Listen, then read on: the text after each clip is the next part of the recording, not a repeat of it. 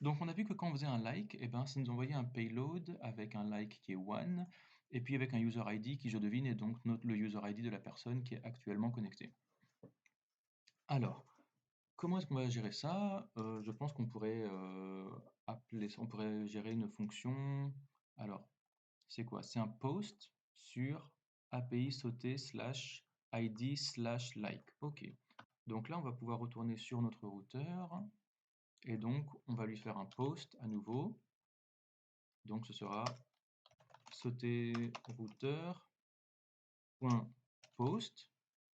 Alors cette fois, ce sera quoi? Ce sera, voilà, il y aura un 2.id slash like. Et alors, bah, comme d'habitude, voilà, il faudra faire un authenticate user. Et puis on pourra lui faire un like sauté. Alors où est-ce qu'on va le mettre ce like sauté? Ce like sauté, on va pouvoir le mettre dans le contrôleur sauté là. Like sauté. Et on va aller dans le contrôleur ici. Et on va aller le mettre. Allez, on va le mettre tout en bas. Function like sauté qui prend une requête, une réponse, comme d'habitude, et on n'oublie pas de l'exporter. Comme ça. Alors, autant que je me souvienne, quand je regarde voilà, notre product, il a des likes et des dislikes, et des users liked, des users disliked. Donc ce qu'il faudrait, c'est que quand on envoie un like, eh ben, ça fasse un +1. Sauf si on a déjà liké. Donc déjà pour commencer, ce qu'on pourrait faire, c'est regarder, bon, est-ce que dans ce product.usersliked, il y a déjà l'ID de la personne qui vient de cliquer. Donc rec.res. Alors comment est-ce qu'on fait pour regarder le body? Bon, bah ça c'est rec.body, ça on connaît. Et puis, alors, .user_id. Voilà, normalement, est-ce que j'ai un user ID quelque part là? Si je regarde, lui, mon post, où est-ce qu'il est? Voilà, mon post, il est là. Et alors, si je regarde le payload, donc j'ai un user ID et un like. Ok.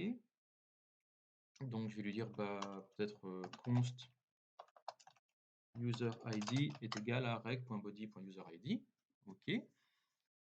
Et donc, en l'occurrence, chez nous, c'est le 61F machin.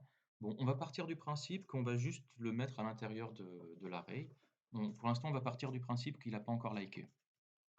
Donc, on va lui dire, bah, va récupérer, la photo, enfin, va récupérer le produit en question. On va récupérer le produit en question sur la base de données et pour ensuite lui changer ce nombre de likes. Alors, le truc, c'est comment est-ce que je fais pour trouver cet item? Puisque à nouveau, je n'ai pas voilà, cette image-là. Vous voyez que c'est le 61FA03. Je ne l'ai pas dans le payload là, de la requête. Je vais être obligé d'aller le chercher dans je vais être obligé d'aller chercher cet ID dans les params. Alors, normalement, c'est le rec.params.id. Alors, donc voilà, voilà, c'est. Alors pourquoi est-ce que c'est ID? Pourquoi est-ce que ça s'appelle ID? Tout simplement parce que si vous regardez dans notre routeur, vous avez vu que nous, quand voilà, on fait un get sauté by ID, on a décidé qu'on appelait ID. Donc toute cette chaîne dans l'URL là, on a décidé d'appeler ça ID. Donc get sauté by ID.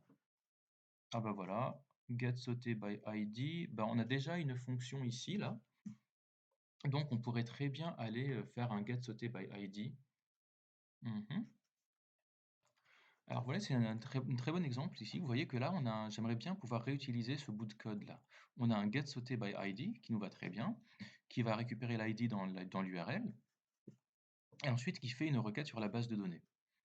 Et ensuite qui nous la renvoie, qui nous fait une erreur. Moi, j'aimerais bien donc récupérer effectivement le ID, mais j'ai pas envie de le renvoyer tout de suite. Moi, j'aimerais bien pour l'instant faire quelque chose là entre le moment où on le récupère et le moment où on fait un rest.send. Donc moi, j'aimerais bien récupérer la première partie de cette fonction, mais pas la deuxième. Comment est-ce que je pourrais faire ça? Et bien là, c'est l'occasion de découper votre code c'est l'occasion de découper votre code en des fonctions plus petites. Vous voyez que là, on lui dit ce find by ID. si tu trouves quelque chose, tu nous fais un res.send, sinon console erreur. Ça nous fait penser à quelque chose qu'on avait déjà fait plus tôt.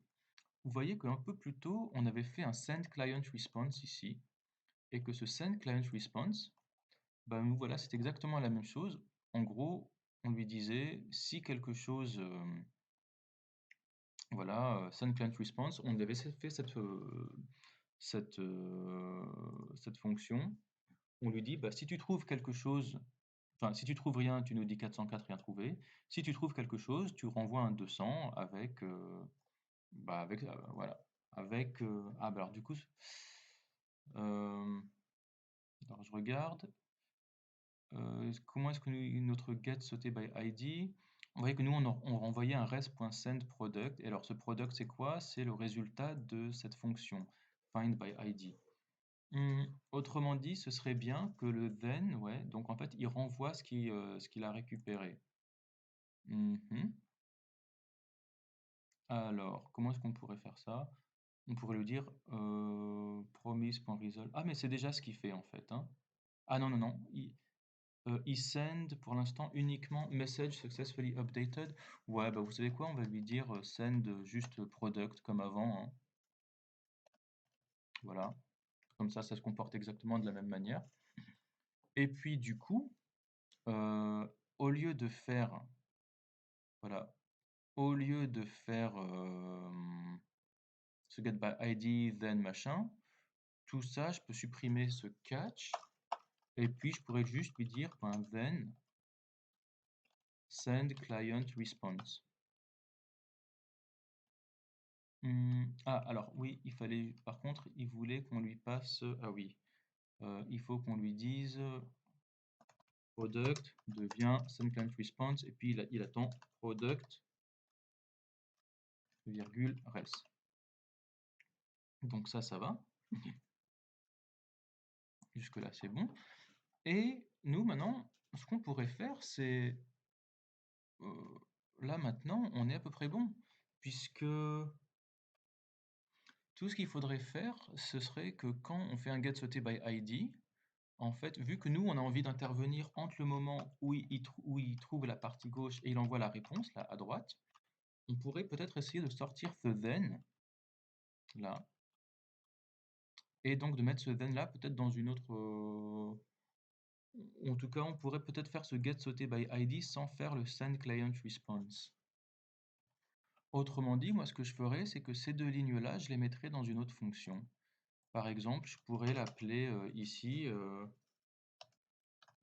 function get sauté donc by ID, mais c'est pas exactement ce qu'on voudrait. Get sauté, bah, on va juste l'appeler voilà get sauté par exemple. Et donc pareil qu'on dirait rec res comme ça. Et puis voilà, ça, ce const id et ce product.findById, je le mettrai là. Et puis ce fonction getSauté.byId, bah, en fait, comme avant, tout ce qu'il ferait tout simplement, il ferait getSauté, voilà, rec res. Et juste, il lui colle ensuite le send client response. Alors là, vous allez voir un problème. Property then does not exist. Il me dit get sauté, on ne peut pas lui mettre un then. Et pourquoi? Eh bien, c'est toujours la même chose. Regardez, get sauté, qu'est-ce que ça nous retourne? Est-ce que ça nous retourne une promesse? Pas du tout, ça nous retourne que dalle. Donc, il faut bien lui mettre un return. Voilà, et là, on est bon. Donc, du coup, maintenant qu'on a fait ce get sauté, euh, donc, maintenant, en fait, ce get sauté by ID, donc on l'a découpé en deux fonctions. Ce get sauté by ID, en gros, il va nous faire un get sauté qui est juste là, et ensuite il va nous faire un then send client response. Et ben nous, avant d'envoyer, nous maintenant, on peut appeler uniquement le get sauté. On pourrait lui dire, dans le like sauté, on pourrait lui dire, eh ben, va chercher le get sauté. Donc, au lieu de lui faire const id, enfin, blablabla, ouais, ce const id, on n'en a plus besoin, du coup, on va juste lui dire get sauté de rec res, par exemple. Et puis, on va lui dire, là, on pourrait lui dire peut-être, bah, on va vérifier que ça marche bien, on va lui dire console.log the product to like is, deux points, hop, product. On pourrait faire un truc comme ça, par exemple. On va regarder si ça marche.